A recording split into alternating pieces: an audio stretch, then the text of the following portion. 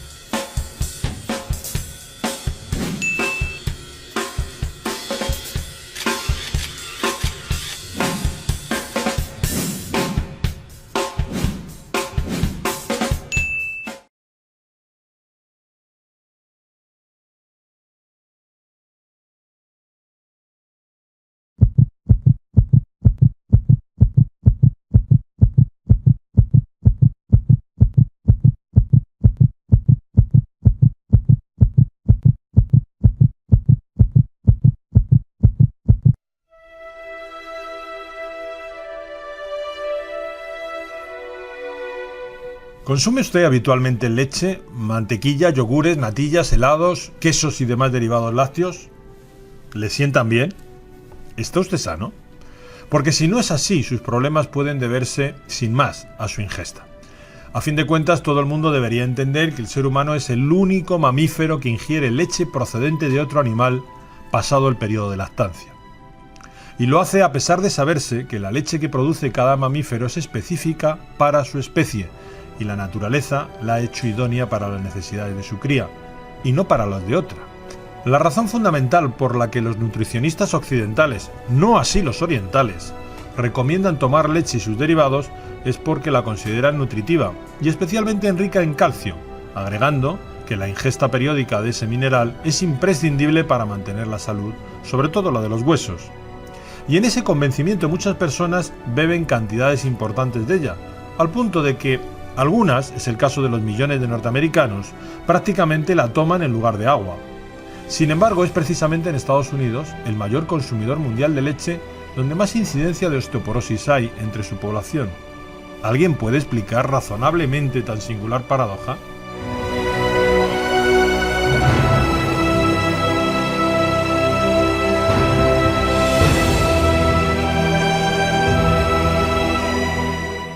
Lógicamente, no puede extrañar que cada vez más expertos hacen su voz abiertamente, afirmando que la leche y sus derivados no solo no son alimentos adecuados para el ser humano, sino que ni siquiera constituyen una buena fuente de calcio.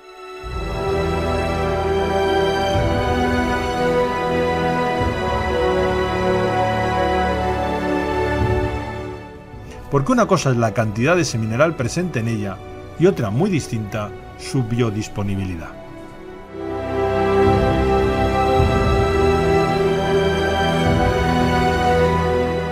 El proyecto Cornell-Oxford China de Nutrición, Salud y Medio Ambiente, que se inició en 1983, con un estudio pormenorizado de los hábitos cotidianos de 6.500 habitantes de 65 provincias dispersas de la China rural, demostró, entre otras cosas, que la leche animal desmineraliza a los adultos.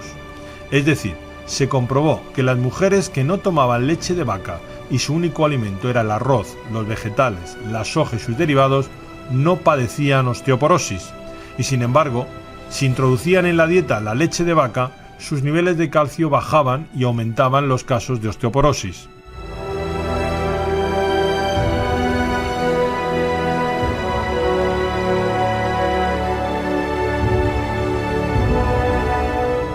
Gracias a las investigaciones llevadas a cabo por el Dr.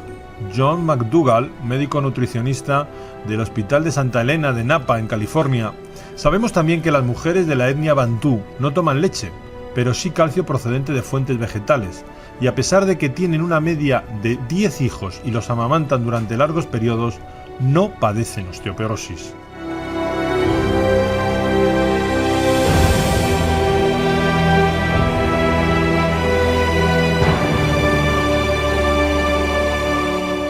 También el finado doctor Jean Signalet, catedrático de medicina de la Universidad de Montpellier durante muchos años y autor de más de 200 publicaciones, denunció en su obra La alimentación, la tercera medicina, lo siguiente: es cierto que la leche de vaca es rica en calcio, pero una vez en el tubo digestivo humano, la inmensa mayoría se precipita en forma de fosfato de calcio y es expulsado a través de las heces fecales.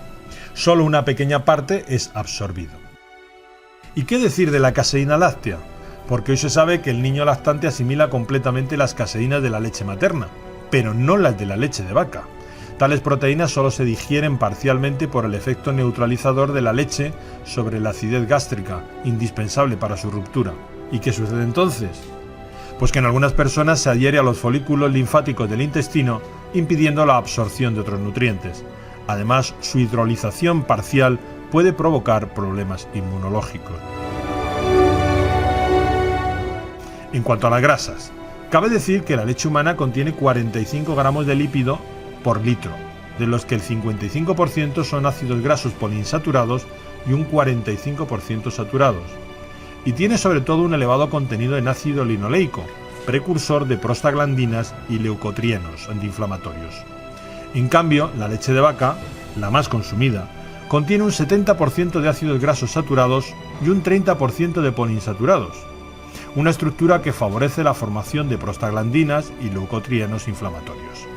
Además, ese 30% de poliinsaturados pierde sus propiedades cuando por efecto del calor, entre 40 y 45 grados centígrados, se desnaturalizan y ya no pueden ser precursores de sustancias antiinflamatorias, por lo que la leche tratada para poder ser consumida es una sustancia 100% inflamatoria. Además, el contenido en colesterol de la leche es superior al de otros alimentos famosos por ser ricos en ese elemento. Conviene saber también que la leche contiene aproximadamente 59 tipos diferentes de hormonas, pituitarias, esteroideas, adrenales, sexuales, etc., siendo las más importantes las hormonas del crecimiento, cuya acción, unidas a la riqueza proteica de la leche de la vaca, hacen posible el rápido crecimiento de los terneros, de forma que en breve plazo llegan a doblar su peso. Y es evidente que los humanos no tenemos precisamente esa necesidad. Además, niveles elevados de esa hormona unidos a otros tóxicos se consideran hoy causa de la aparición de diversas enfermedades degenerativas. Debemos añadir que la leche puede además estar contaminada por productos químicos, hormonas, antibióticos, pesticidas, pus procedente de las mastitis tan frecuentes en las vacas ordeñadas permanentemente, virus, bacterias, priones. En suma, ¿puede extrañarle aún a alguien que el consumo de leche y sus derivados se hayan relacionado ya con la anemia ferropénica, con la artritis reumatoidea, la osteoartritis, el asma, el autismo, las cataratas, la colitis ulcerosa, la diabetes mellitus tipo 1, los dolores abdominales, la enfermedad de Crohn, las patologías coronarias, la esclerosis múltiple, el estreñimiento, la fatiga crónica, las fístulas, las fisuras anales, la incontinencia urinaria, las migrañas, los problemas de oídos y garganta, la sinusitis, las reacciones alérgicas, el sangrado gastrointestinal, el síndrome de mala absorción, los trastornos del sueño, las úlceras pépticas, la acidosis, la preeclampsia, la dificultad de aprendizaje en niños, la infertilidad femenina, los linfomas o los cánceres de estómago, mama, ovarios, páncreas, próstata, pulmón y testículos.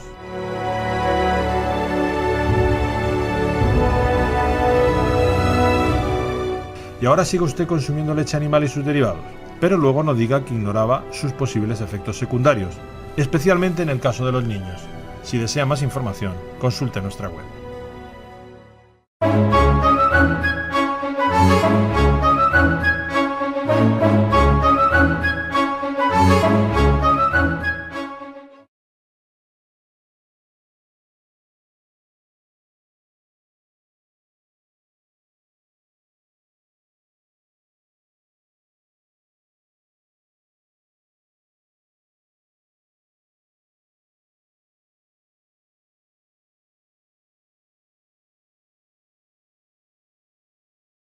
Okay, you're in the research center where there are scientists working. Well, that'd be great if a scientist could answer, because they would know firsthand. Well, they don't even know what your questions are. Well, I can give them the questions. I have them right here. I'm not even sure if we're authorized for somebody to answer your questions. Why is something that's so-called healthy being kept secret? It's not like I'm a terrorist or something. I'm just asking about milk. Look, you're going to have to send me an email with the information about your documentary, what you're doing this documentary on. I'm asking about the milk protein and how it actually excretes calcium. I'm asking about the proven connection between milk and cancer development, food assistance programs, and lactose intolerance, and also where they get the vitamin D that they add to the milk. So these are factual, nutritional, informational questions, and I just want to know what the USDA has to say about these medical journals. I don't know. Send me that email, and I'll be happy to talk to you. Have a good day.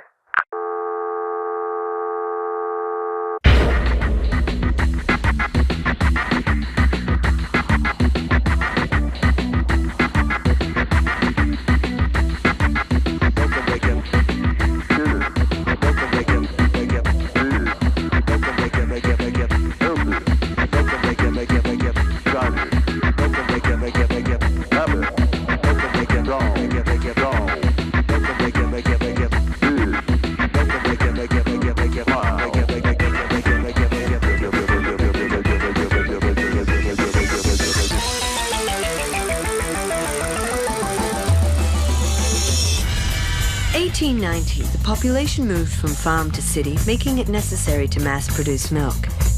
To make American dairy products more acceptable abroad, the USDA established the Dairy Division in 1895.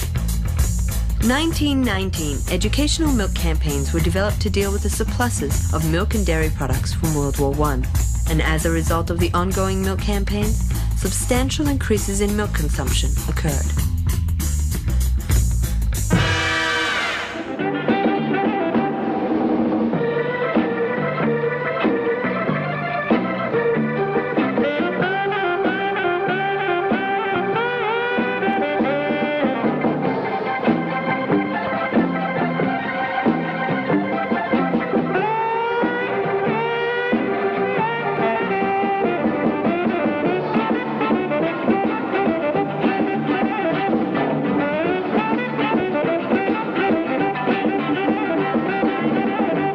When you take a break, make it milk for vitality.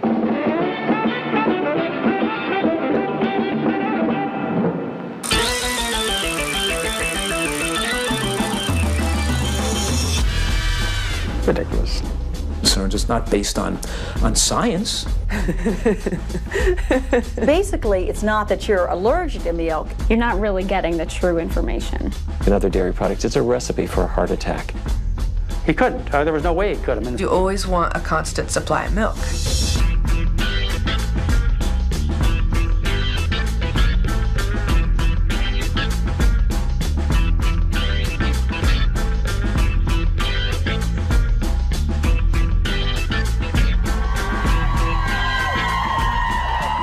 Would you like to be interviewed for a documentary? It ain't porn or anything, is it? Because you'll have to pay me. Where did you get your information from that dairy is healthy? Oh, just in the last couple years from the TV. So no, I have not looked into it. I've just kind of taken their word for it. They're not going to say, well, I shouldn't say they're not going to say something on TV that's not true. The medical specialist stated, "It is my opinion that the ears, nose, throat, and accessory organs of all participating subjects examined by me were not adversely affected in the 6 months period by smoking the cigarettes provided." Remember this report and buy Chesterfields, regular or king size. But they wouldn't say that milk is good for you if it really wasn't. And again, that's what we feed our babies.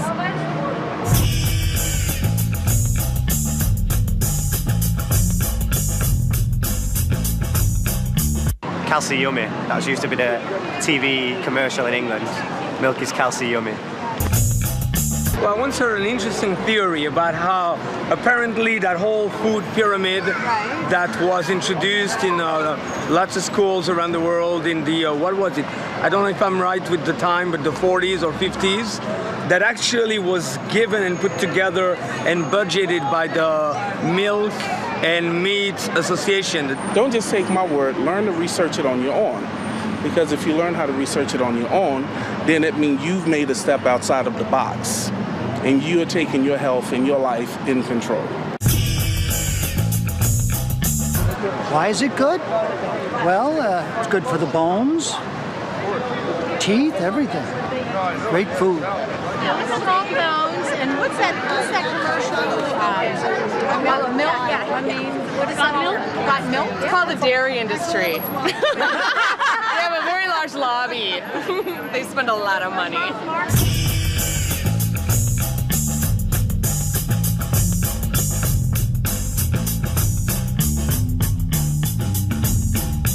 Why do we believe that milk is good for us, though? Because we were taught as little kids, schools, we were taught by as little kids that it's good for us. Without proof, kids accept what their parents say, what their doctors say, and they usually don't question it.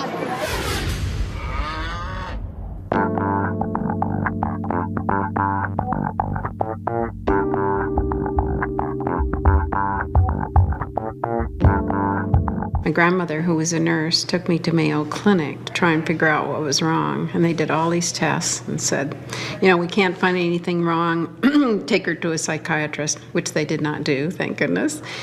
But I went all that time. And one of the main things that was giving me a hard time was the dairy.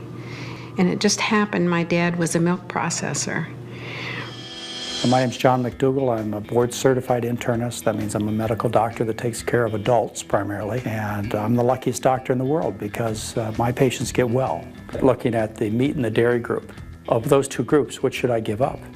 The question is, you should give up the dairy group. You'll get much better results than giving up the meat group. And the reason is dairy is basically liquid meat. It has essentially the same macronutrient properties, the same amount of fat, cholesterol, protein, lack of fiber, and so on. They're very similar in their nutritional makeup, but dairy has some extra problems, allergy problems, autoimmune diseases that they cause. If I now drank milk or had a product with any kind of dairy product, tomorrow morning I would wake up with swelling and a great deal of pain. It causes an autoimmune response in me that makes me ache all over. I get like an arthritic reaction where my joints start aching, and so if I have dairy over a 2 or 3 day period, a little lasagna here or a little vegetarian pizza there or just various things like that, I begin to feel like I'm going to become totally crippled. They think dairy is health food. They look at a block of cheese and they think strong bones. They don't think glob of fat. So psychologically they eat dairy guiltlessly. And they eat large amounts without any reservation. So if I was going to give one powerful message to a patient, to a community, to a country, to a world, is get off the dairy. You'll improve your health more than getting off the meat. The way it manifested in me was that my face was constantly broken out.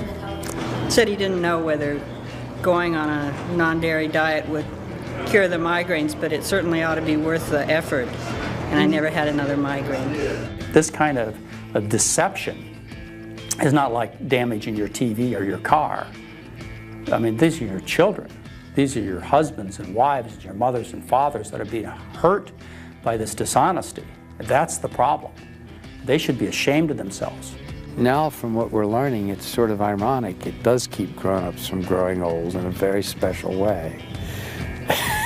It gives them coronary artery disease. Milk creates an inordinate amount of phlegm.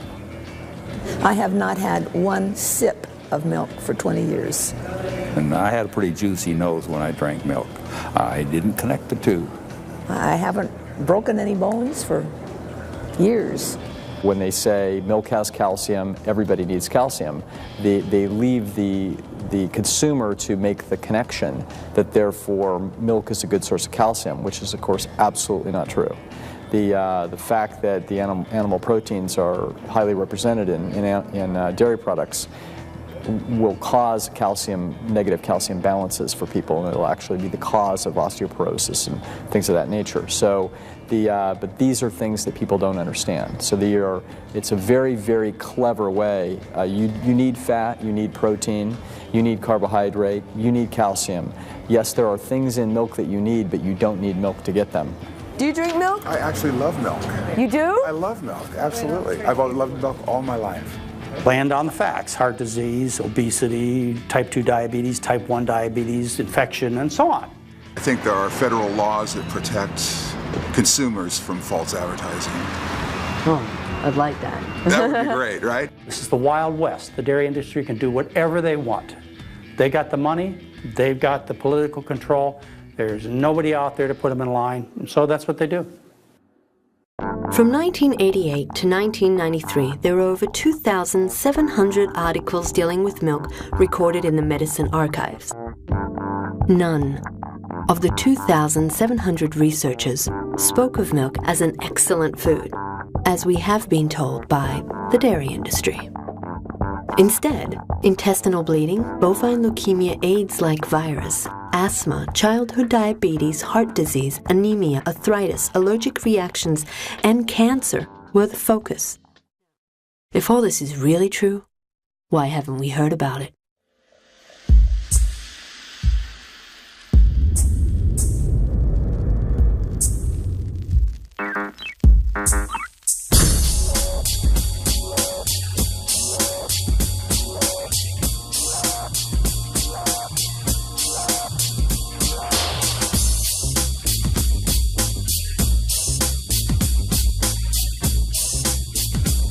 I think that's it.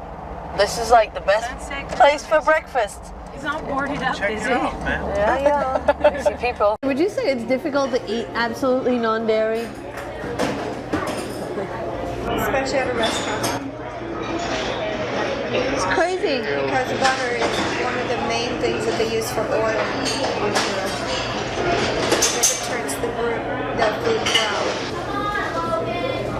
Can you help us out here? What is what and whose is who? It's a poached egg. That's a poached egg? Okay, and that's her bagel. Oh. I hate to say it looks like they put some sort of butter or something on it. Have you seen? Because of the yellow? Might be just in the pan too. Thank you. Oh my goodness. Yeah. Butter on it. I did say, right? I did say. I thought you were going to eat healthy. Say, hey, you're going to try. And yeah, I am. Just love the milk. It's good for you, right? Build strong bones, right? They have a poacher, it's like a pan. Right. And if they don't put the butter, it sticks to the poacher. So even though you said no butter, they don't listen to it? They don't listen. It's not safe to go out and eat. Really, if you're really deathly allergic to something, it's not safe. A lot of times it'll say in the menu, no cheese, they'll put cheese in it. If you're dairy allergic, what do? You've already taken a bite. I try to get this across to them, and they're like, I've been doing this for 25 years, and well, so have I, but people get sick. I have a mother that has asthma, so that's how I know a lot about what gluten's in the dairy and all that, because it affects her breathing.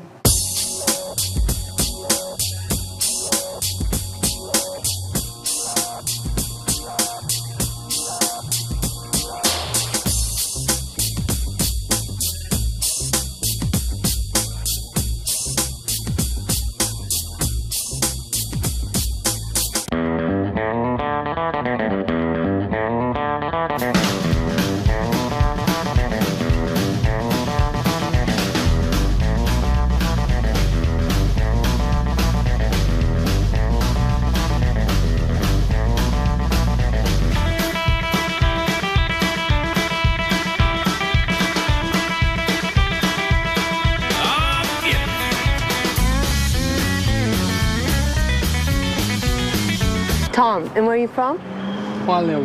Golden Valley. And what do you do? Nothing. I'm retired. How do you know that milk is good for you? I don't know. I just always told it was. Why do you think it's healthy? Well, because you've been told that all your life, Everybody tells you it's healthy. I mean, they used to believe that the earth was flat, and everybody believed that. Mm-hmm. And then suddenly some crazy person came out and said, no, the world is round. So if everybody believes that milk is healthy for you, But if one person came and told you, Well, that's their opinion. So you find it natural that a human drinks milk after its infancy? Yeah, it's probably better that they have their mother's milk, but cow's milk is all right, I guess.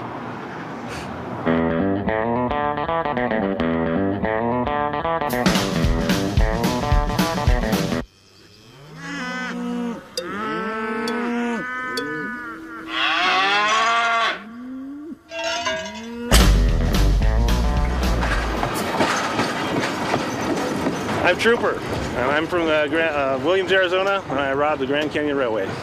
Do you think milk is healthy for you?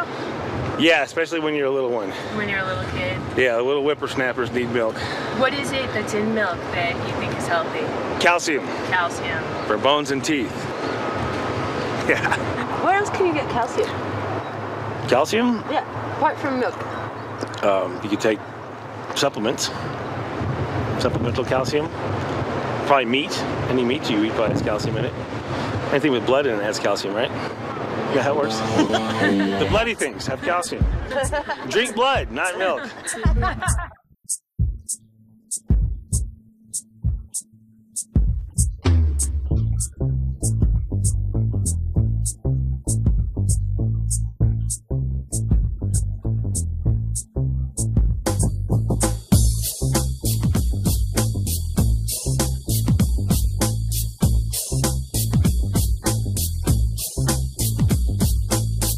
I think the cows that the milk comes from are pumped full of steroids and hormones and everything else, and it's in our milk and our meat and the foods we eat and all that you know, and we're ingesting it. It's not good for you, but it's good. I mean, it sure goes good with chocolate cake, right?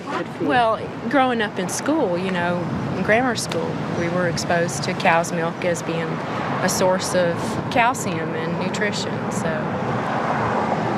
the food pyramid is wrong. I know that now. The ADA food pyramid I don't agree with. And do you know who made that pyramid? Yeah, the companies that produce the products that they mention on the pyramid. Do you get the feeling you're being screwed? And USDA, their principal interest is protecting the livelihood of the livestock and dairy industry in this country. They also are the ones who then take this report and put out a very practical message for the public called Dietary Guidelines for Americans. When it comes to having food to eat or housing so you don't have to live on the street. They're telling Americans what to eat based supposedly on health, but they also have a mandate in law that they must promote American agricultural products, even the ones that are unhealthy for you. They say let the market run the show and let the people go to hell. Conflicts of interest statements are important, very important, almost sacred. And that's supposed to be open to the American public. And it's just readily available so that everything's transparent. That's the story.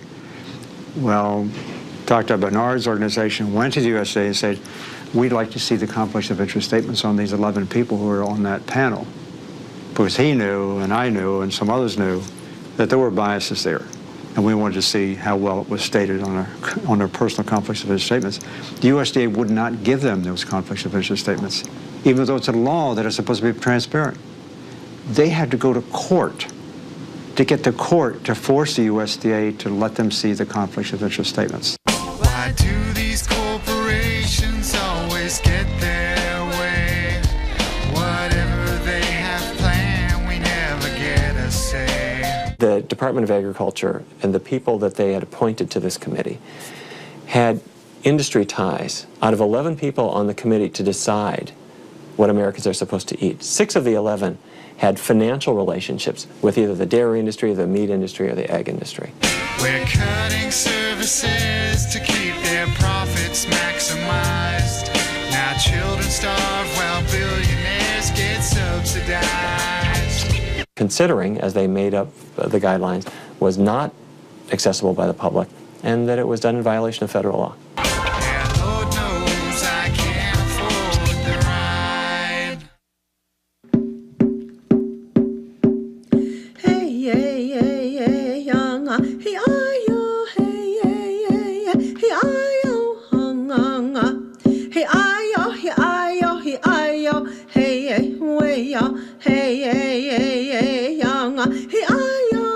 the introduction of dairy products, the introduction of milk, it's forced upon indigenous communities. My body system is not used to cow milk, and there's a reaction that ends up happening in my body where a tremendous amount of bloating happens, and it really has impact on my system. The mothers that are breastfeeding, right before that they, within 4 weeks of delivering a child, then they will be enrolled in what they call a voucher program, and that voucher program is WIC.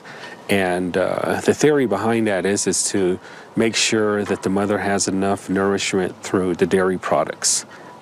Food assistance programs, unfortunately, have been used not for the health of the people who are there to benefit, but they're used as a dumping ground for agricultural commodities. Dairy prices are low, the government buys them up. They put them in prisons, they put them in schools, they go into other food assistance programs. There's a lot of families that are on the Women, Infant, Children program. And I myself was also a participant of that program when my children were young babies. If you look at the Native Americans, they have this enormous prevalence of obesity, an enormous prevalence of diabetes, which is taking an incredible toll on that population. And what are the foods that they're given to eat?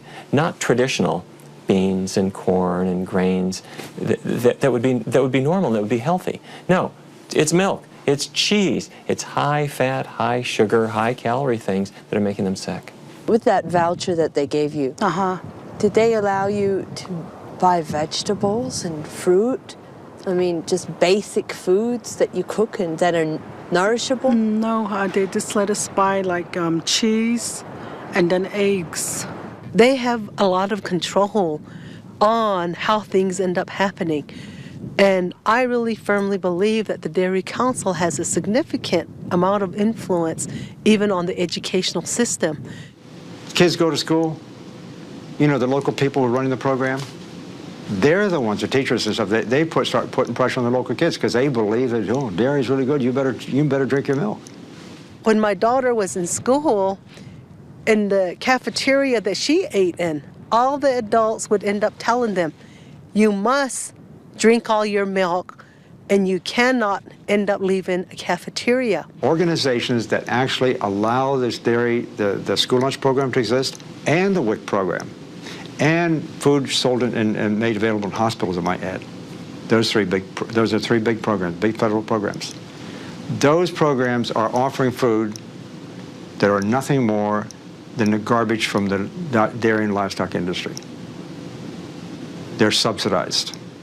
If a school wants to have access to the school lunch program, and they almost all do, they have to agree to offer the dairy option. That's disgusting.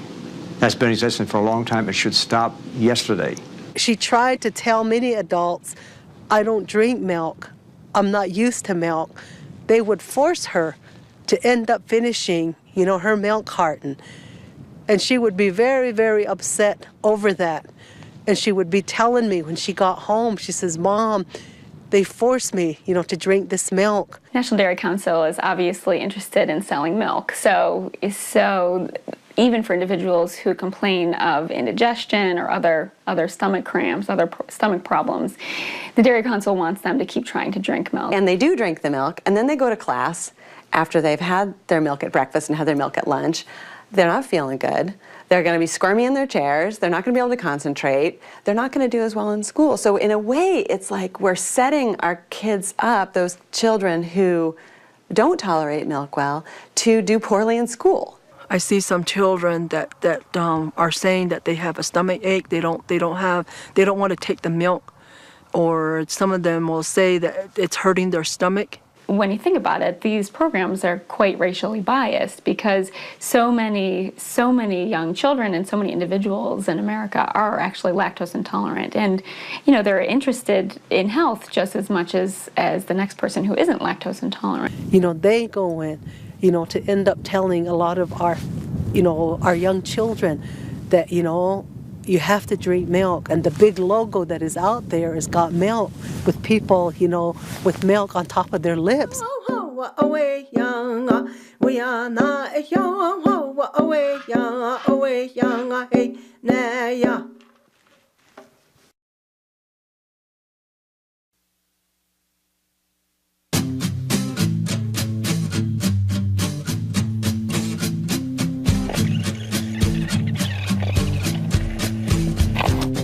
What is lactose? I don't know. I know lactose intolerant is when you can't drink milk, but I don't know what lactose is. Lactose? Sounds like it might be lack of milk. Lactose. Lactose, I'm assuming it's something that's in milk. It's something that burns right here. I couldn't tell you. I know I'm lactose intolerant. When I drink milk, I take off like a rocket. What did you say? It messes with my sinuses. I'm allergic to it or something as I get older. Tolerance is putting up with her. Yeah. But lactose, I don't know what that is. Lactose is a sugar. It's milk sugar. It's glucose attached to galactose. It's what we call a disaccharide. And when you're a little baby who's nursing, you have an enzyme that breaks those apart, and you can absorb them. But after the age of weaning, normally you lose that enzyme. We don't have the enzyme to digest milk past the age of 2, unless you were born in the United States, maybe after 2 generations. A genetic mutation that's carried by about 85% of Caucasians has allowed them to digest this milk into adulthood, which is not the case for other races and certainly not the case for other species. Lactose intolerance is totally normal. It's a sign that you ought to get weaned. All I knew was what my mama told me. She just said it was good for you, you need to drink it. Said it must make your bones strong and all that. I don't know. That's what I would like to find out, because I just thought about it. Why do it make me go to the bathroom? When you consume a sugar, which is the lactose, that the bowel cannot digest, because it doesn't have the lactase enzyme, what happens is that sugar goes through your small intestine where it's supposed to be digested, ends up in the large intestine where bacteria digest it. They produce gases, which give you gas and cramps, and just the sugar being in the bowel causes you to get diarrhea because of water that's drawn into the bowel. It's good, but it sends me straight to the bathroom. Yeah, that's what happens. Sends me straight to the bathroom. That sort of like cleans me. Don't get me wrong, sick as a dog. We're the only species after weaning we tend to want to keep on drinking milk for the rest of our lives in many cases. And what do? We go get it from another animal. Why don't we drink dog milk? My milkshake is better.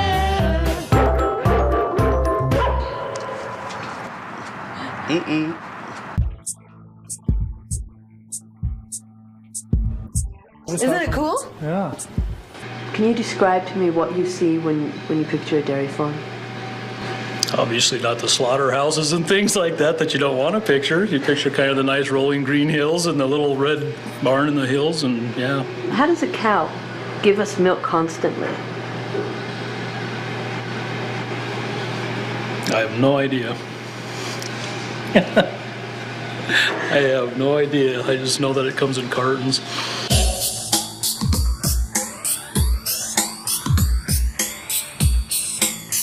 Okay, what are we betting? Is there anything that we can eat inside? Yeah. Okay, I'm gonna try this out. Okay, flour, lime, Milk. Use all the toppings right there. No dairy products on them. I won the bet. I've never liked milk. Ever. Dairy cows, as opposed to beef cows, the job of a beef cow is to produce calves that become steak on your plate. The job of a dairy cow is to produce milk so that you can have milk, ice cream, cheese, yogurt, all the good stuff. Man, you're educating me. What are you talking about?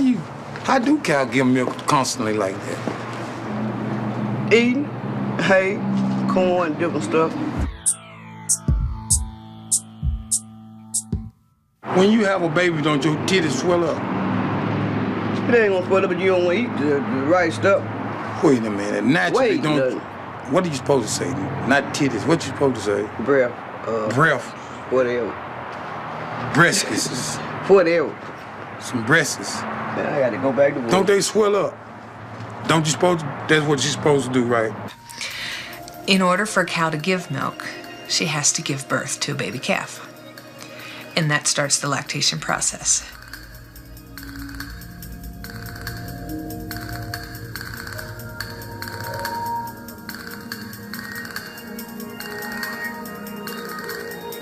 A calf goes and lives in its own little house. Okay. And basically that is to prevent disease. If the calf stays with the mama, it can be contaminated with some of the manure or anything and can get Johne's disease or can get other bacteria or, just be exposed. So you want the calf to be in a clean environment. And the mama can't stay with the calf because she's got to milk. She's got all this milk she has to give.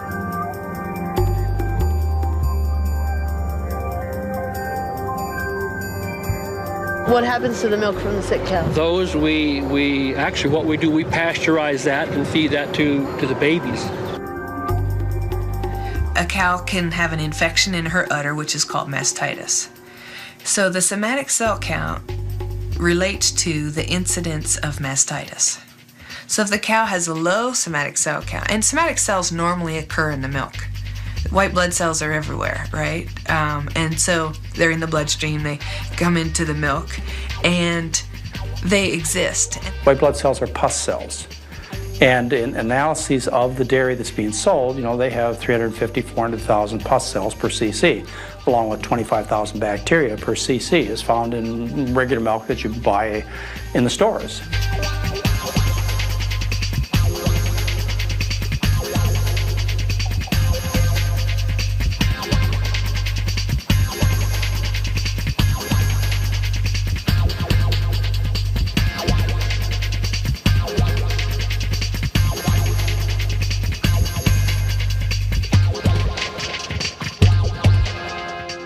White blood cells are present just naturally to help the baby cow, but humans, when they're consuming cow's milk, that's really not a concern. And what it ends up really being is just basically pus that is present in the milk. It doesn't really help our immune systems. It's meant for a baby cow's immune system. So that's just something else that we don't need.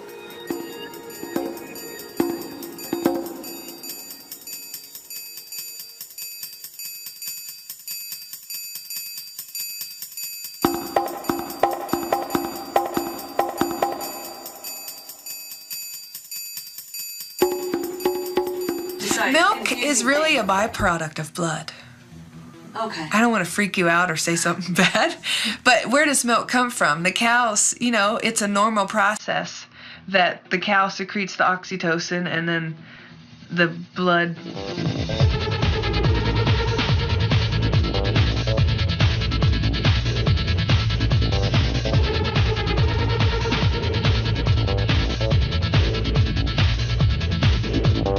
So how long have you been in the business?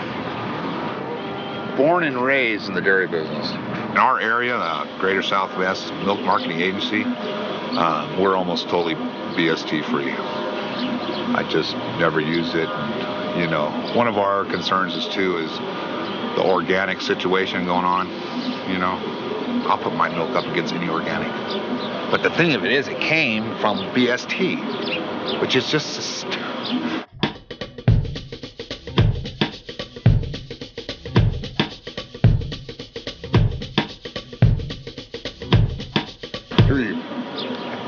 costs me money, of course, to use it, right? It makes your cows sicker and stuff. When you have more problems, you have more ailments on your cows because you're pushing them so hard, and the consumer doesn't like it. You can say it's already in milk, and you can tell them, the consumer, till you're blue in the face, but when you have a syringe there, It doesn't look it's good. a drug. Exactly.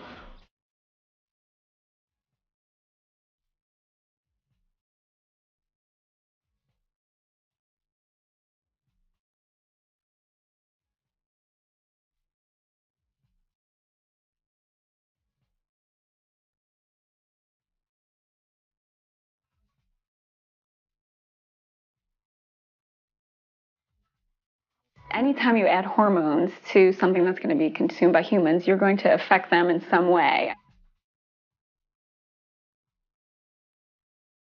If you give them hormones to produce more and more milk, their udders can get distended, they get mastitis, which is then treated with drugs.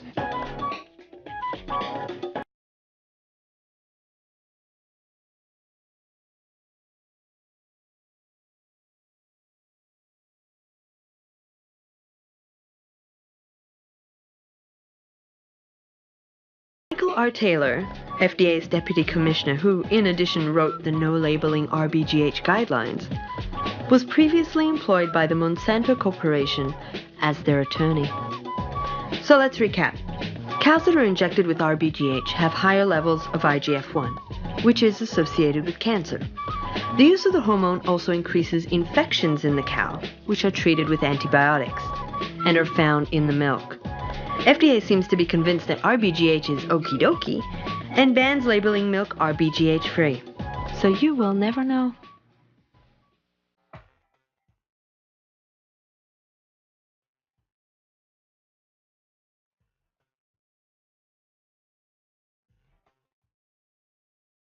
We are committed to having cheap food in this country.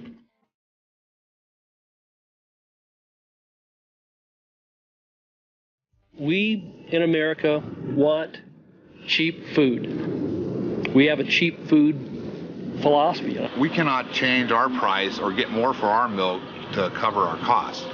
So right now, this past year, there's a lot of guys losing equity and guys that are just not making it, even with large dairies. We're required to pay 15 cents a hundredweight into a dairy checkoff program for dairy promotion, dairy research. You're talking 15 cents on all the milk in the United States of America? Just figure out what that exact figure is and then multiply it. It comes to like, what, 200 million, something like that? A year?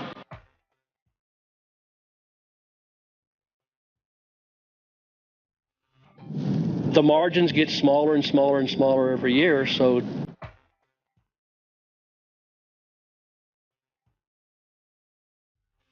to make a profit that would sustain a lifestyle of this is what I want to do, you have to milk a few more cows.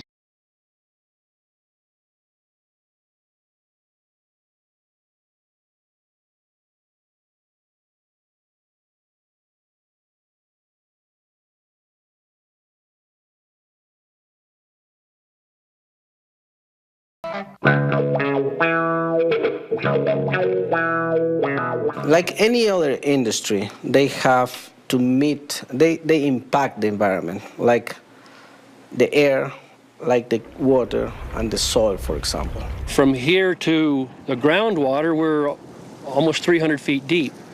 So, but that's one of our constant issues, is to make sure we don't do anything to pollute, to contaminate the groundwater or surface water. The past 2 years, I spent like $300,000 in environmental improvements.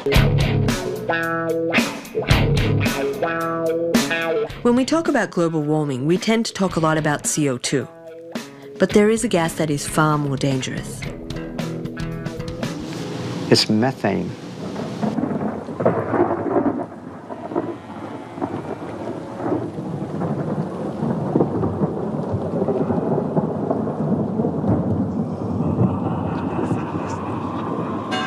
Cattle industry is contributing, a gas that has 23 times the power to create a greenhouse effect that does the CO2 from cars.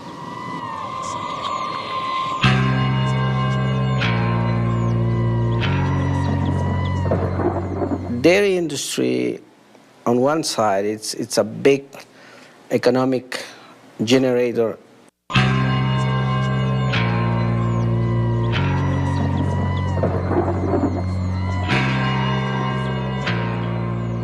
Animal agriculture has grown enormously.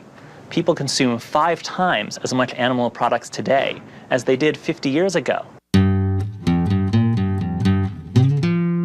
Our consumption will double again in the next 50 years. Already, the atmosphere we're breathing has more than twice as much methane as it did a century ago. Just imagine how bad they'll be if we don't start doing something about it. And the contamination to the air pollution. The one animal that's the most powerful emitter of methane are dairy cows. They need to eat an enormous amount of food to produce all that milk.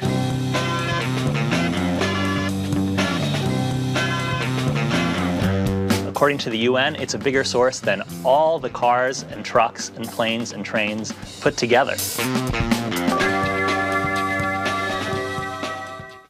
70% of formerly forested Amazon is now being used for pasture land, and more is being used to raise crops to feed the animals. So this is one of the biggest sources of deforestation in the world.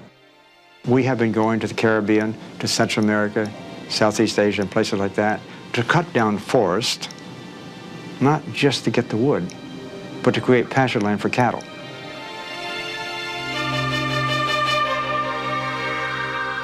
You know, the big industry corporate types, they'll go in there, we want this, they'll kind of set it all up.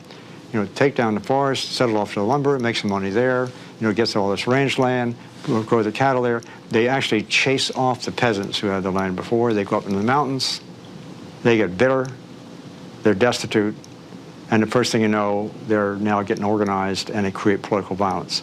They become the guerrillas of that country.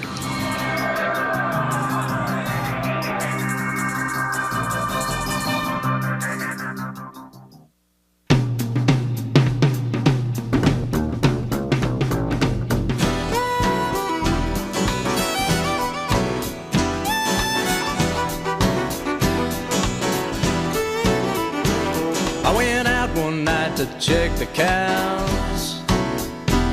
Saw a UFO floating over the house. Well, I guess I almost died of fright. We heard that there was a story here about a cow that got abducted. It's a stupid poster that somebody made up. It wasn't real. No. Cow, are you filming though? Yeah. Are you? I'm gonna slap the tar out of you. Which one? Which one of my cars do you Not want? your driver's license, except heck, you're younger than I am, so I might take it. And you're still filming, and you really are gonna get slapped. We're allowed to go in. Them alien chicks was built to please. That's why we smell of cows. We just came from a dairy farm. Do you drink milk? If I could drink it, it would be great. But I don't drink much of it. We went juke joint jumping on planet Mars. I don't do slaps. I've never slapped anybody in my life. I just threaten a lot. Really? Mm-hmm. You never slap your kids? Oh, dang, I forgot about that. Yeah. And a crazy little thing called the Krypton kick. Man, I saw them all over the place. Cowgirls from outer space. Well, I guess they must have taken me to every honky-tonk in the galaxy.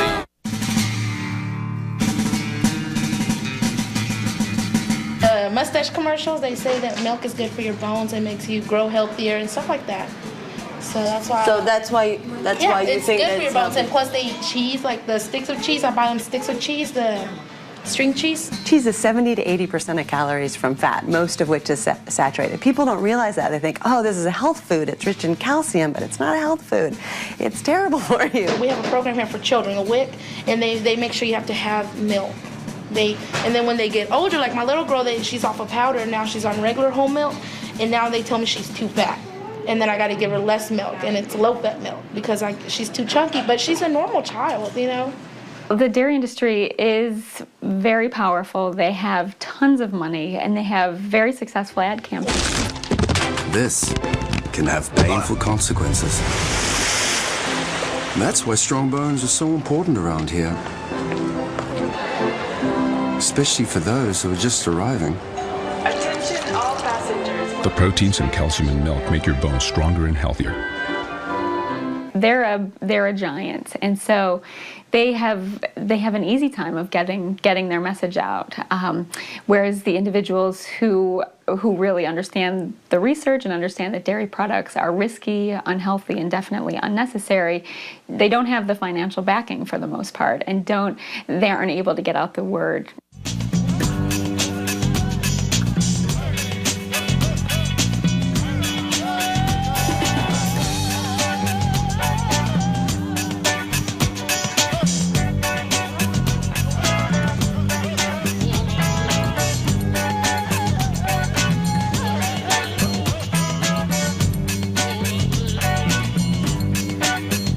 Why do we drink milk? To make our bones stronger, and the calcium. Calcium? Yeah, shiny teeth. Good for your bones. Well, you got calcium and other vitamins and minerals in it that help with the whole body. Calcium is important. We need calcium, right? Dairy's got the most calcium-added food, almost. Therefore, we need dairy. That's the simple-minded conclusion. I just think it's an important ingredient in our diets. You know, the higher the dairy consumption in different countries, the higher is the risk for osteoporosis. It's not the other way around. Like the dairy industry, I mean, they've been getting away with that yarn for quite a number of years now. And they found that the countries where they were consuming the most milk, the countries where they're consuming the most calcium, had the highest hip fracture rates. It's actually opposite of what you would think. At Harvard, the Nurses' Health Study tracked women, more than 70,000 women for over 18 years. What they found is those who drank the most milk had absolutely no protection against hip fractures at all. The idea that calcium is going to build strong bones is a myth. Over and over and over again, they do these studies, they put more calcium in the system, and it doesn't help the bones. And if we learned about nutrition, what were the factors that cause us to lose calcium, and what foods we could eat to have calcium from a healthier source, people would be much better off and their bones would be much stronger too. When you consume animal protein, such as found in dairy products or meats or eggs, you pull calcium from your bones and excrete it in your urine. It's the protein in our dairy-based foods that makes it more difficult for us to keep the calcium that we're getting from dairy products in our bodies. What happens is when you're consuming the animal protein, your blood becomes acidic and your body reacts by pulling calcium from the bones as a kind of buffer to neutralize the blood. Had 14 or 15 kidney stone attacks, and which will convince you not to drink as much milk as you'd like to drink. Changes take place throughout the body, including the kidneys. And as a result, they lose that bone mass, that bone material into the kidney system, which precipitates kidney stones, and you have an overall effect of essentially urinating your bones in the toilet. But although they still say it's good for your bones and teeth, I don't know what good for, you know, what are they talking about?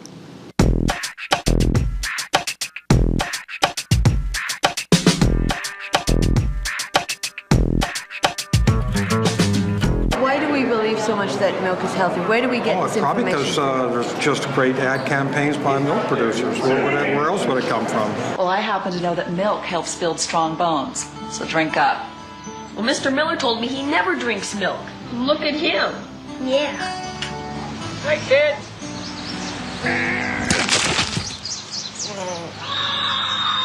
Oh, that's not good. Got milk.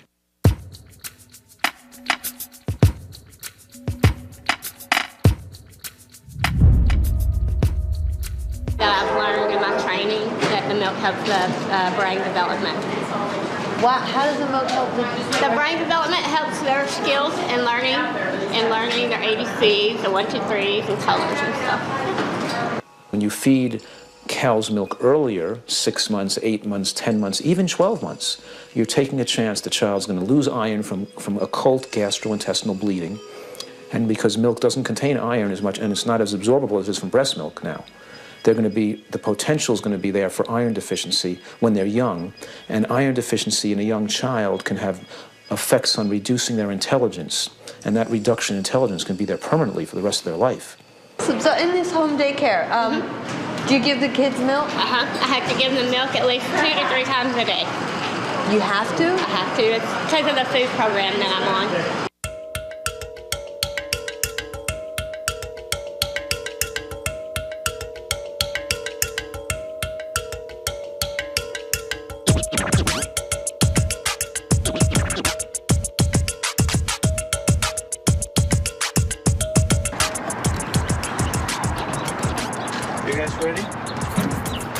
As ready as I'll ever be.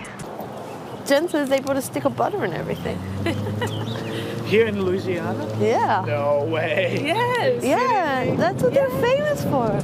We're 4. 4. All right, let me find something for you, okay? Oh, great. If we can be by the window as well, that would be awesome.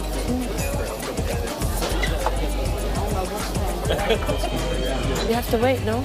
Yeah, I put this On the potato. Let's see, fried food, and some fried food. Come on, baby. Film movie star. Of course, why not? Love it.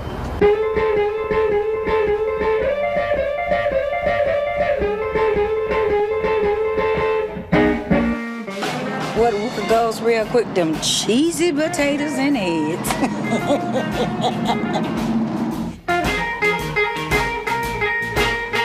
In the year 2000, the Department of Agriculture pulled together for the dairy industry a program designed to trigger cheese craving. Cheese and butter. Yeah.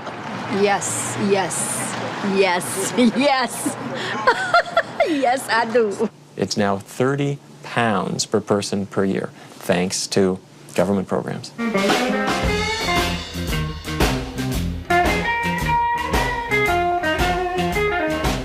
Yes. Sweet. You don't actually need any other explanation for why Americans are so fat these days.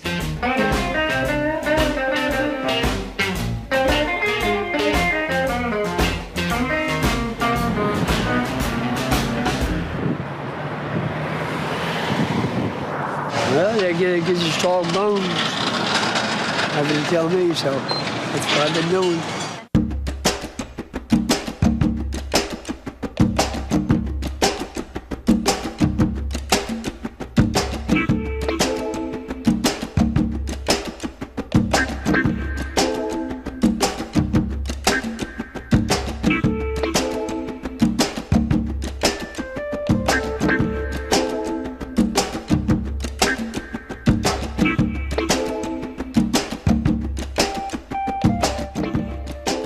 This is weird. We are in downtown. We're This is the only downtown? car. This is Yes. Look, you even echo in the city. I know. Hello. Okay, take a left on State Street, sir. Do you drink milk? No. He said no. All right, big Mississippi interview.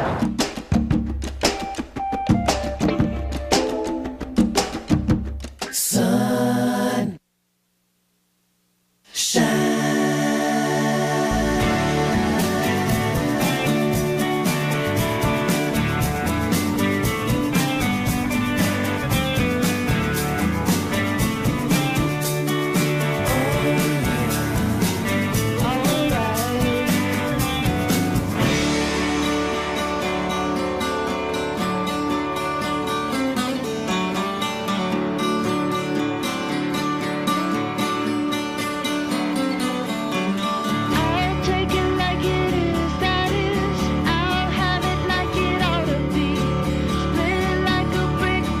Is milk good for you?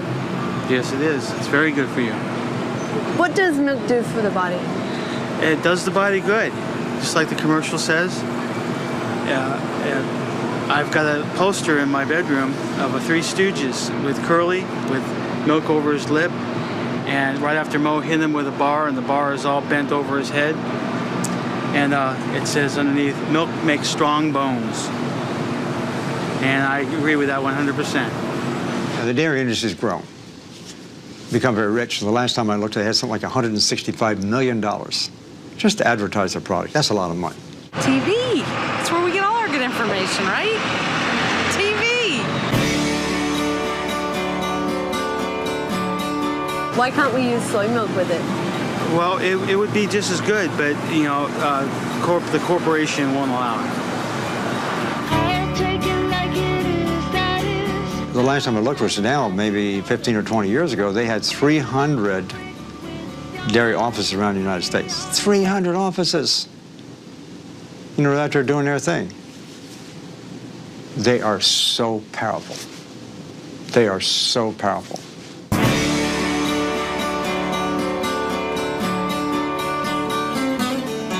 Milk. What can we tell you about milk? Down here, milk is a commodity that no one lives without. Milk is a staple. Everybody in the South drinks milk. Who tells us that milk is healthy? TV, basically. FDA. Yeah, but we get it all from TV. I mean, I've read a few articles, but how many people read articles on milk? You know, like I said, they come with the thing, you know, the white thing, the big advertisement, milk is good, and just because they say it on TV, most people believe it's true.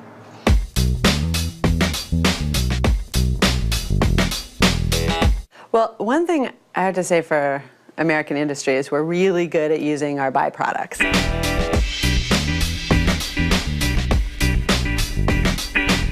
We make butter, and what do you have left over after you make butter? Well, you have skim milk. You sell as much skim milk as you can, and you have something else left over. So then you dry it down, and you have these leftovers. And so if they can create a market for the leftovers, then they make more money. Anytime you have milk derivatives in a food product, you are making that food product dependent on the dairy industry. It's capitalism. It's a smart idea. I mean, they're doing what they're supposed to be doing, but what is the health impact of that? That's a whole nother question.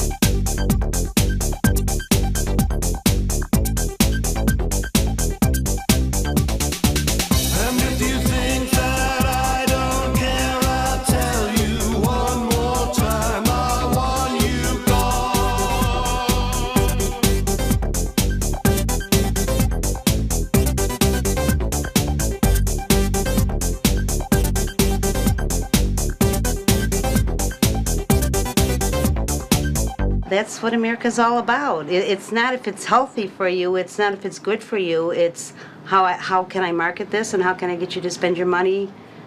That's what America's about.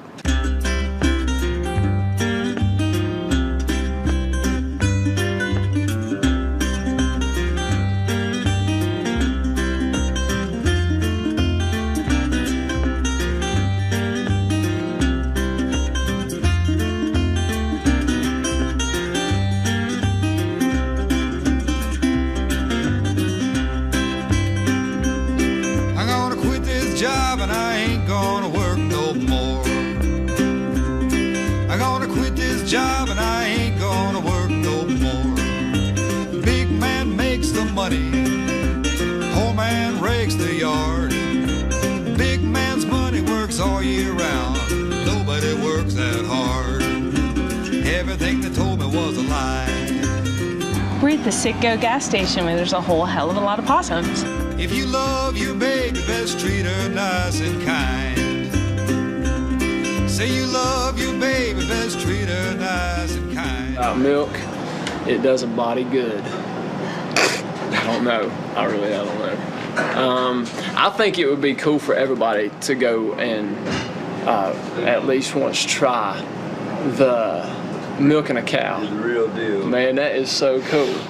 And then I think it's just a different people kind of see where it comes from. You know, they probably would respect a farmer more. I like it just straight out the cow, man. Yeah. Because it's just more pure that way, I guess. Now that's a whole different process, because normally you just go to the store and get it out of a jug for $5 a gallon. But the farmers are actually the ones that's getting it. They're selling 100 pounds for like $13, and people normally don't know where it comes from. Clay Logan, possum capital of the world, just in case you wanted to know that. The dropping of the ball in New York, only we lower the possum in Bracetown. You know, our dairy farms went from, I believe, like 25 to 0. We have 0 dairy farms in Clay County now. And I just had a 5 bypass heart attack a month ago, you know. I had 5 bypasses done, and I had 8 blockages, and I'd say it was my lifestyle of eating that and hereditary. You know, part of it's hereditary, but it's what you eat. One of the main factors is a high diet high in animal products, especially animal products that are high in saturated fat. And as I said earlier, that the biggest contributor of saturated fat in the American dietary landscape is dairy products, cheese and butter. Dairy products are a rich source of cholesterol and saturated fat, which are the 2 things you want to avoid if you're at risk for heart disease, or even if you want to prevent heart disease altogether. If you look at what's in milk and other dairy products, it's a recipe for a heart attack. It's got an awful lot of fat in it, mostly saturated fat, the kind that raises cholesterol. So if there was one food to wipe out to prevent heart disease, that would be cheese and butter. But when you have heart disease, you'd be crazy to eat pouring cheese and butter on your foods. But, you know, go to a hospital and see what they feed them. See what they feed people coming out of bypass surgery. See what they bring to you when you're in a hospital. They bring you all kinds of high saturated fat dairy products.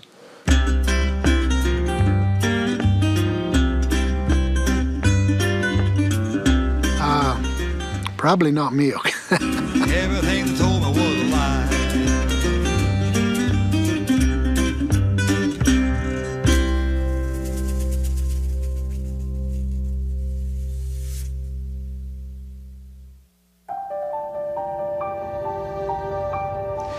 We worked on this a total of about 27 years. You know, and we did many, many experiments, dozens of experiments over the years, and we asked all kinds of questions. First off, is it really true that animal protein, in this case cow's milk protein, that it can increase cancer? Well, we established that point in spades. It was absolutely true. It was dramatic. And then we went to some other questions, like, for example, how does it work? You'd like to know those kind of things to get more confidence, and the more we looked at a very fundamental level, biochemical level, we could find out this was changed, this was changed, this was changed. A whole lot of things was just sort of going wrong to create this cancer phenomenon. And then we got to a point where we could actually turn on and turn off cancer development just by giving them cow's milk protein or taking it away. That was dramatic.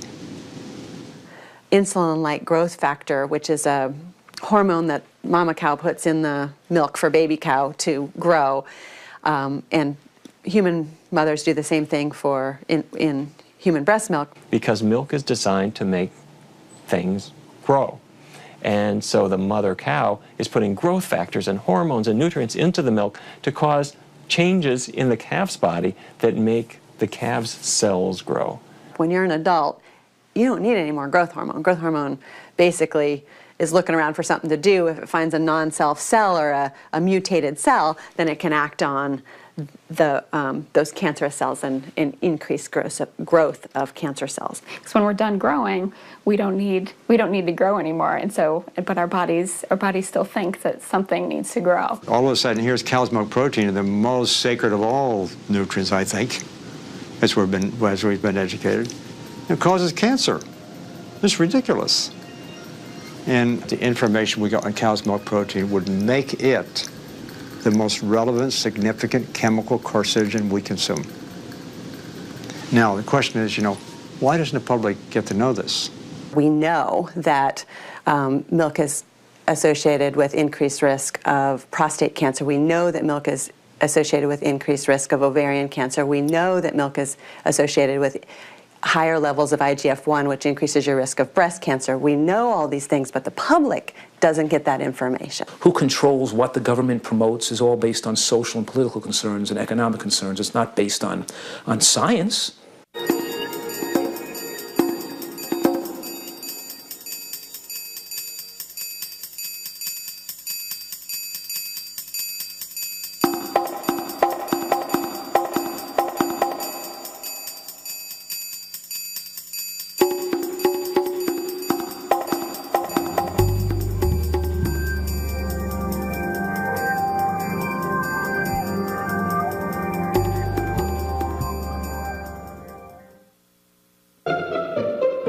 Now, they say that milk helps you lose weight.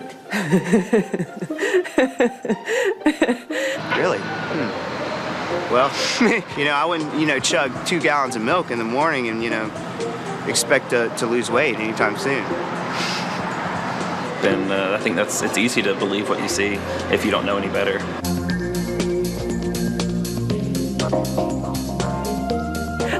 Let's just think about that for a minute. Milk helps you lose weight. Okay, you take this, we'll talk about the data, but let's just think about that for a second.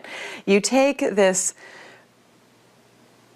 food, we'll call it a food, that is designed by mammalian mothers for their babies to help a tiny mammal grow into a much larger mammal. This is a food that's designed to make other mammals get bigger. It's hard to think that this is anything other than nonsense. And yet it's sparked an enormous multi-million-dollar ad campaign to try to get people to buy milk.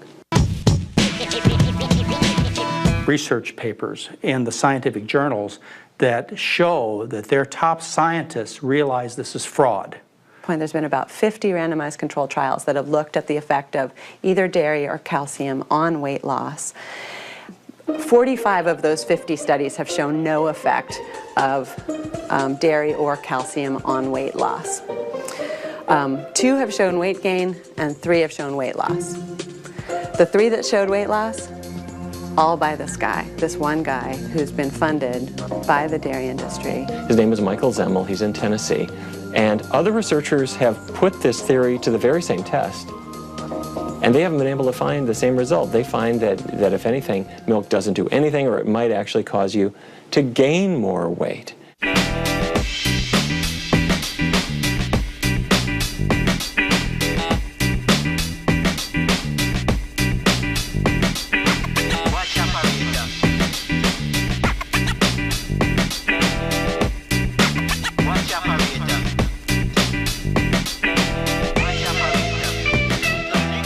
My stepdaughter, she actually had asthma real bad. She was hospitalized for 3 weeks out in Philadelphia. And the doctors couldn't figure it out. She still has asthma, but we went to one doctor and they actually said, stay away from all milk and dairy products. We know that, if you do the right kind of diet, you can actually probably save at least 80% of all the illness in this country, serious illness and otherwise. I happen to believe it's more closer to 90 to 95%. You can actually cure disease this way. It's a huge effect. But are we addressing it as a society? No, not at all.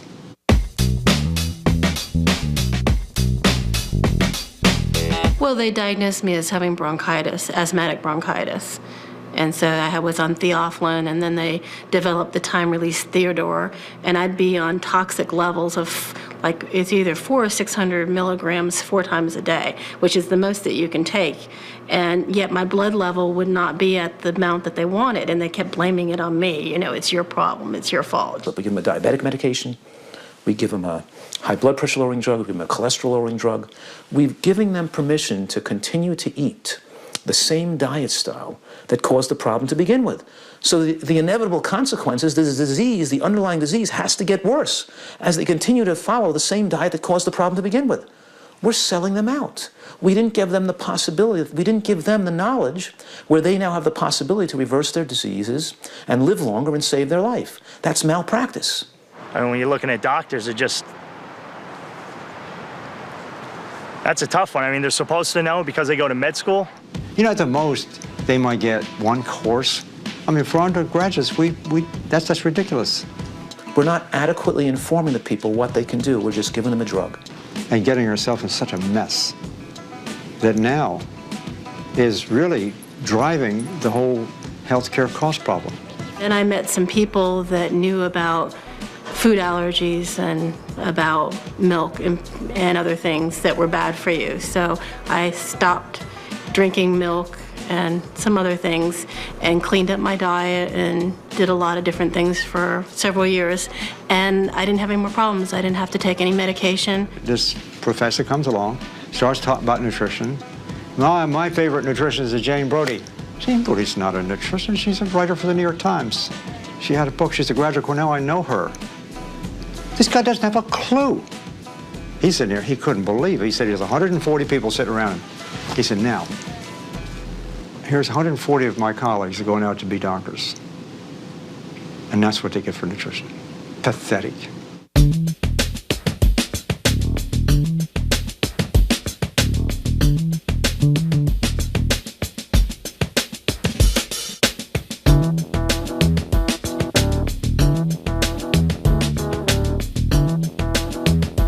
Where does everybody get the information that milk is really good for us? Mom. We don't ask Mom where she got that from. She got it from them. They know. What is this, whole movie? Well, something like that. Yeah. We're doing a documentary about milk. Milk. It does about yes. Good? Milk? Yeah. I see. Do you drink milk? Yes. Why do you drink milk? Because it's chocolate. I only drink chocolate milk. Only chocolate milk? That's right, from brown cows.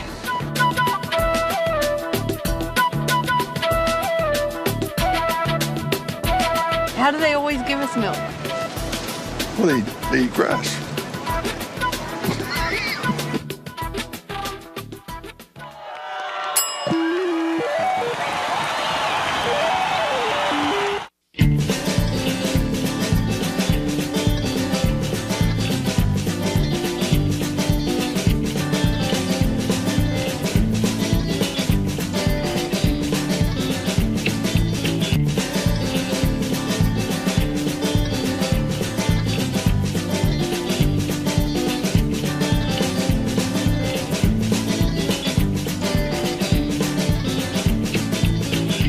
I'm Isabel Maples. I am a registered dietitian. I studied at Chapel Hill, and for undergraduate, I have a master's in sports nutrition. It's a package of 9 different nutrients that Americans need, adults and kids, for growth and development and good health. Oh, definitely. I mean, besides milk, there's also dairy foods like cheese and yogurt.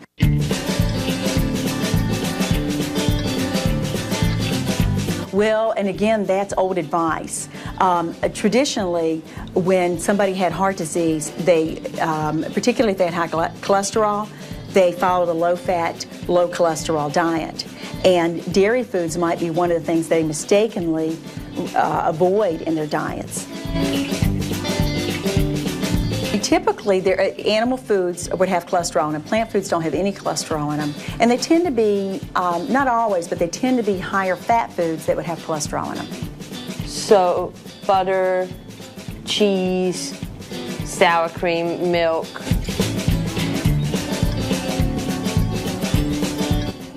You can have dairy products if you have heart disease or if you have a tendency to it? Oh, definitely. Any hormones that a cow uses are not active in a human body. That's like the same way your key to your house doesn't unlock the key to your car. I mean, it's not the key to your car. Girls are more likely to be living with people, other men, like stepfathers, that are not biological. Relatives, and that has to do with pheromones, that maybe they go into puberty early because of pheromones. Because they're staying with someone that's not their dad? Mm-hmm. Sexual images that girls are exposed to. They make more sense than the possibility that, that milk is an issue. There are traces of antibiotics in milk. I would say no.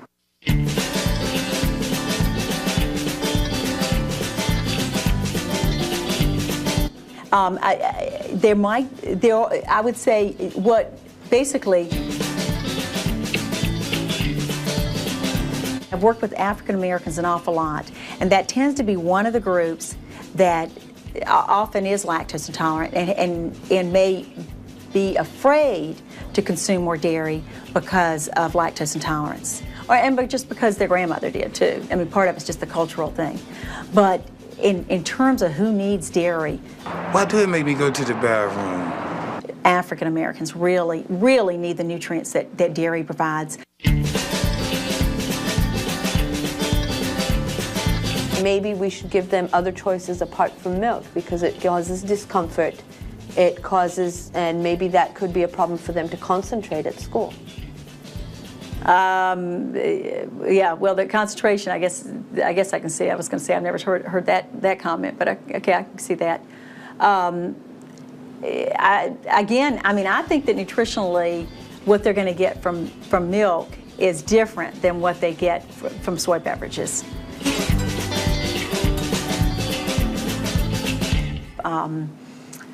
Yeah, I have to look that up. You know what? I have to look that up to see what the difference is.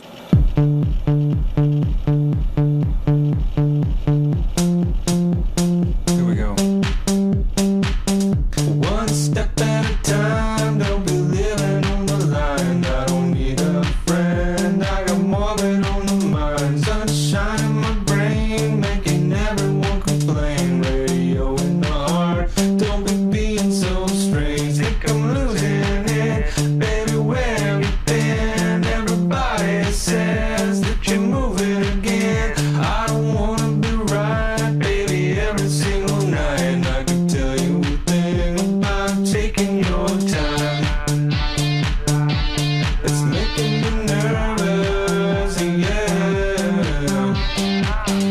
One step at a time, don't be living on the line. I don't need a friend, I got more than on the mind. Sunshine in my brain, making everyone complain. Radio in the heart, don't be being so strange. Think I'm losing it, baby, where have you been? Everybody says that you're moving again. I don't wanna be right, baby, every single night. And I can tell you a thing about taking your time. It's making me nervous, yeah.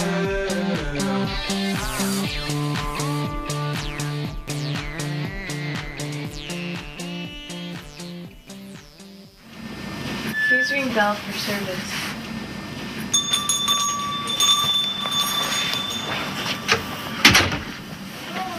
Hello? Yes, ma'am. You want to take the cheese for me? Where am I going?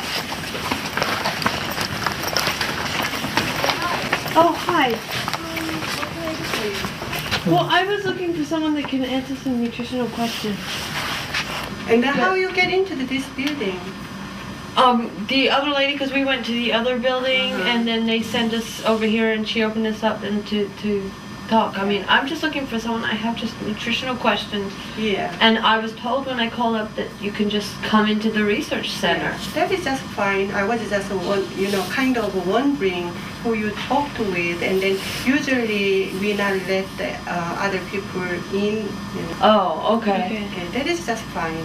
Is there someone here that can meet with me? If not now, then maybe tonight or tomorrow morning? Actually, Step at a time, don't be living on the line. I don't need a friend, I got more than on the mind. Sunshine in my brain, making everyone complain. Radio in the heart, don't be being so strange. Think I'm losing it, baby, where have you been? Everybody says that you're moving again. Okay.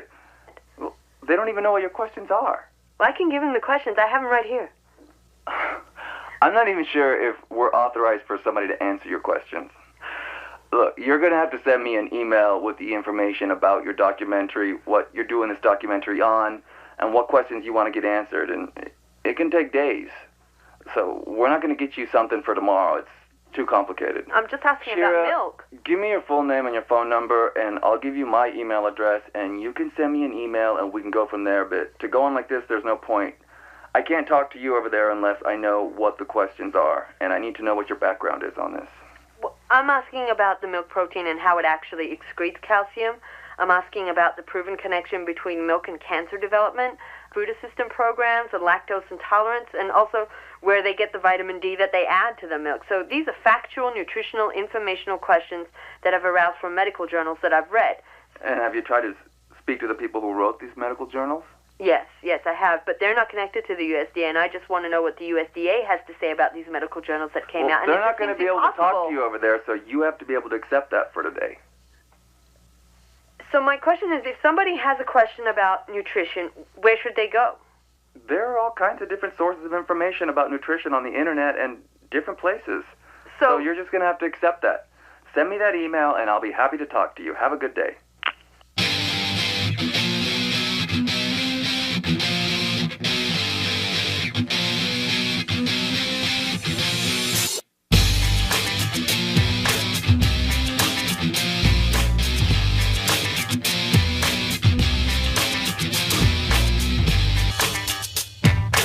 Good for you because it helps you look better too.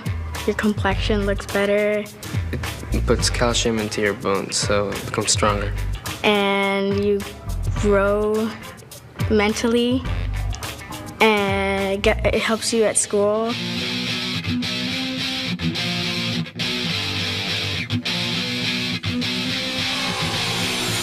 It makes you grow faster. It seems like milk company's pretty desperate. So I don't see Get Broccoli posters up here. What happens to people that don't drink milk? They stay short. I think the ads in the cafeteria is, the smartest form of advertising ever. I think that if you're trying to get people to buy milk, to drink milk, that you put it in the schools. And, the kids see it, and then, when they're adults, they're hearing all the time is milk is healthy, milk makes you grow, milk makes your bones strong, so of course, they're gonna be feeding it to their kids, and I don't know if anybody really knows, when they're drinking it, what it does.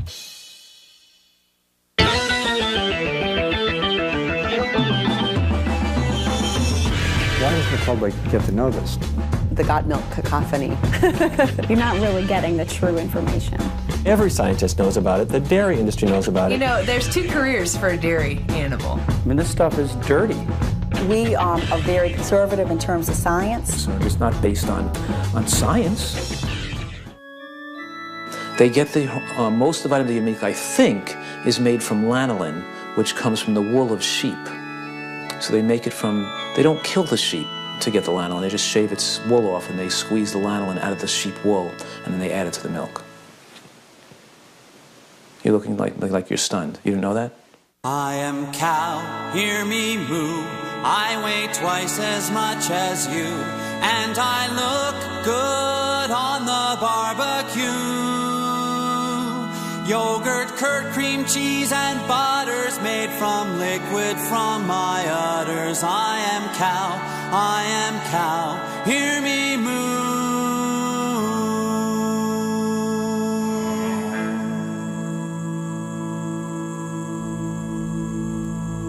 I am cow, eating grass, methane gas comes out my ass, and out my muzzle when I belch. Oh, the ozone layer is thinner from the outcome of my dinner. I am cow, I've got gas.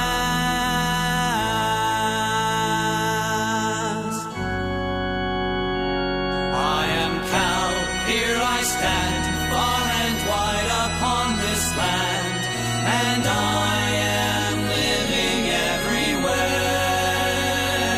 From BC to Newfoundland, you can squeeze my teats by hand. I am cow, I am cow, I am cow.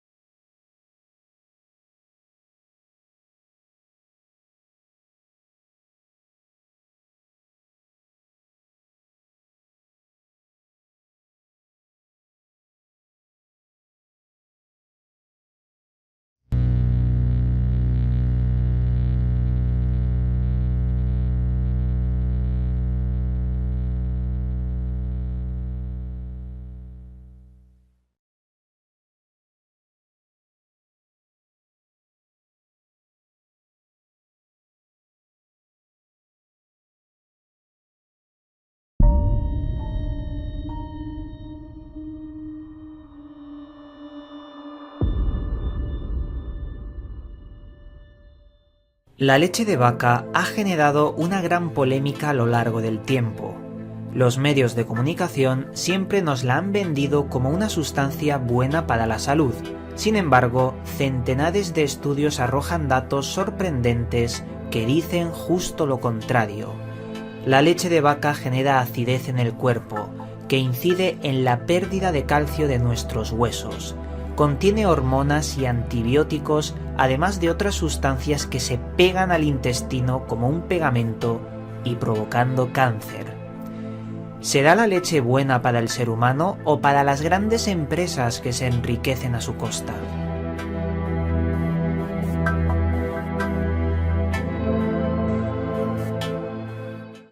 Saludos, buscadores del misterio, y gracias por asistir a granmisterio.org.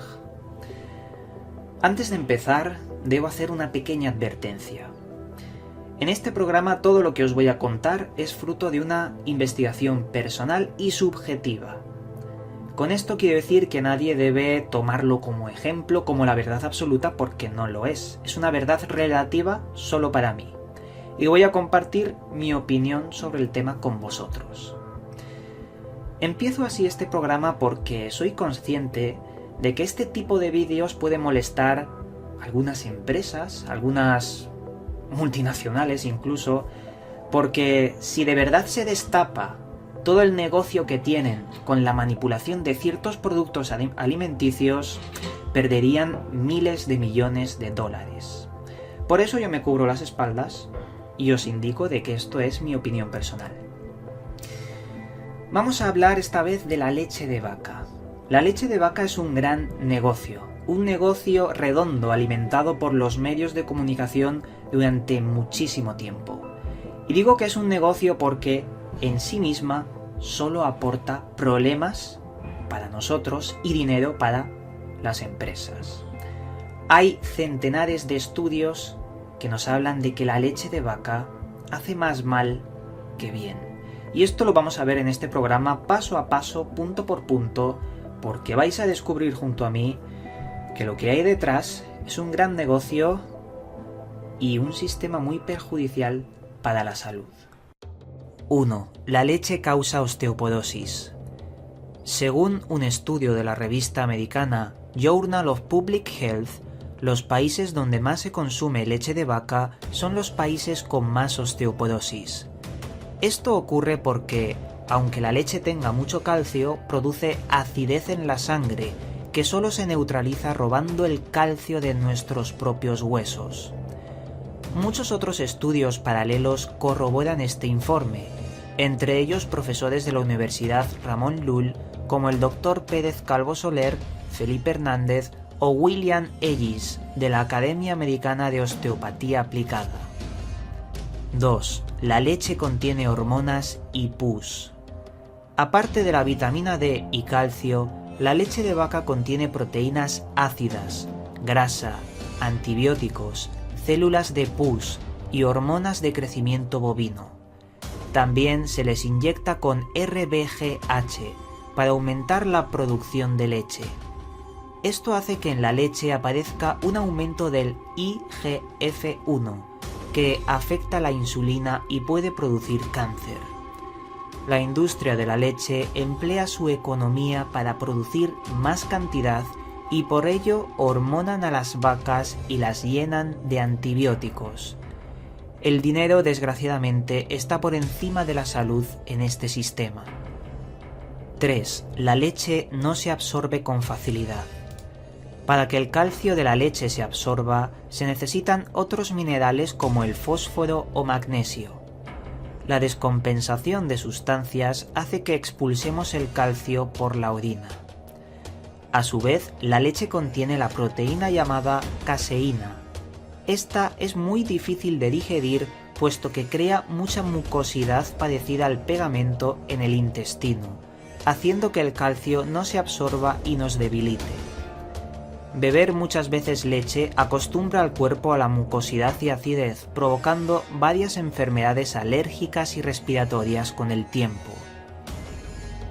4. El ser humano es el único que bebe leche de forma continua. Somos la única especie animal que bebe leche durante toda su vida. La madre naturaleza es sabia, por lo que los animales dejan de beber leche al crecer. ¿Por qué el ser humano sigue haciéndolo cuando es antinatural?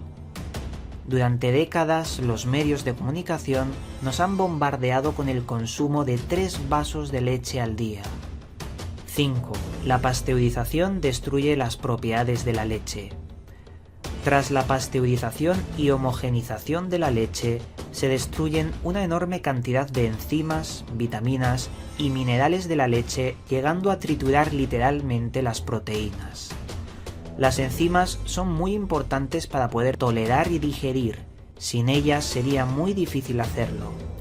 Este proceso también repercute en la forma de digerir la leche, haciéndola mucho más difícil para nuestro sistema. Con este vídeo no quiero decir que toda la leche tenga el mismo nivel de hormonas, el mismo nivel de antibióticos, de grasa, no. Algunas tienen mucho menos que otras. Pero claro, siempre va a existir la acidez dentro de la leche que provoque que nuestra sangre se haga más ácida. Y eso al fin y al cabo genera muchos problemas y sobre todo cáncer. Porque el secreto del cáncer, como ya también podríamos hacer en otro programa, se basa en los niveles de pH de nuestro sistema. Ya sea más alcalino será mejor o ya sea más ácido será peor para nosotros. Me gustaría compartir con vosotros una pequeña experiencia que yo mismo he tenido con la leche de vaca. Yo desde muy pequeño sufría de alergias, al polen del olivo, a la humedad, y bueno, los médicos me trataron para poder atenuar esas alergias. ¿Qué pasa? Pues que los tratamientos no daban resultado. Yo siempre sufría de asma, producto de esas alergias. Fue dejar la leche de vaca y hasta el día de hoy no me ha vuelto a dar ese tipo de asma derivado de la alergia. Yo consumo ahora mismo leche de soja no transgénica. Ojo con eso porque incluso es hasta peor, lo transgénico. Pero ya os digo que esto es también experiencia, fruto de experiencia, de ir probando a ver si te sienta mejor o peor otro tipo de leches, porque hay muchos tipos de leche. Leche de almendra, soja, incluso de alpiste, pero esa está asquerosa, eso lo debo decir. Pero que existe un entramado detrás de todo esto para que multinacionales se enriquezcan a costa de nuestra salud es algo flagrante, evidente, que está entre nosotros. También hay que ver las condiciones deplorables de las vacas. Las meten en casillas, no les dejan ni andar, incluso les hacen un agujero en la tripa para meterle directamente la comida por el estómago. En fin, atrocidades que no todas las empresas hacen, pero la mayoría sí que lo hacen. Y con esto el misterio está servido y continuamos con Gran Misterio.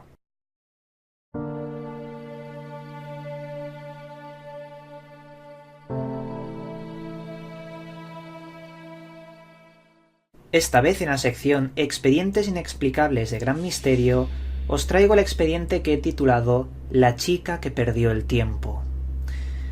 Hace unos cuantos meses me puse en contacto con una chica de Alicante y me estuvo comentando que en un momento dado, en una noche de hace unas cuantas semanas, ella iba conduciendo por las carreteras de Alicante y de repente se despertó en otro sitio. Más que despertarse, iba conduciendo por una carretera y de repente iba conduciendo por otra, totalmente distinta y muy alejada de la primera. La chica paró el coche, empezó a ponerse muy nerviosa porque intentaba recordar ese tiempo perdido y no hallaba ninguna respuesta. No sabe hasta día de hoy qué pasó en ese periodo de tiempo que no recuerda. Yo intenté investigar esto, he visto que hay algunas patologías neurológicas o incluso amnesia que a muchas personas les puede pasar, pero tienen que tener antecedentes, tienen que tener algún tipo de dolencia o enfermedad. Lo que pasa es que esta chica sí que tiene sus cosas, sus enfermedades, pero no son ninguna enfermedad que le afecte al sistema neurológico ni tampoco a la amnesia. Además, si tú tienes amnesia, vas conduciendo de noche si pierdes el tiempo o te duermes incluso, te chocarías a la primera curva. Pero esta chica se ve que hizo un trayecto bastante complejo, nada de un trayecto recto, y se despertó en otro sitio conduciendo. La temática del missing time fue estudiada hace unas cuantas décadas, incluso se hicieron varias películas en las que se relacionaba el fenómeno ovni con abducciones y borrado de memoria. Yo no digo que esta chica haya sido abducida, por supuesto que no, pero ahí tenemos un caso de entre muchos otros de que el fenómeno missing time es algo muy y muy real que le pasa a muchas personas. ¿Os imagináis la angustia de no recordar un día entero? ¿Dónde has estado ese día entero? Seguro que alguno dice, bueno, a mí me ha pasado fruto de alguna borrachera, pero bueno, no estamos hablando de eso, pongámonos serios. Hablamos de que en condiciones y factores totalmente normales, pierdes tu tiempo, tu intimidad, tus recuerdos, tus pensamientos. Y esto también plantea cuestiones filosóficas de quiénes somos y quién se puede meter dentro de nosotros. Aquí os dejo esta pequeña historia. Os recuerdo que los expedientes inexplicables de Gran Misterio son historias que yo mismo estoy investigando o incluso, recogiendo, aunque tengan explicación o no, para poder darle voz al espectador en estos temas del misterio. Y como siempre, desde aquí os mando un cálido abrazo y nos volveremos a ver en otro vídeo.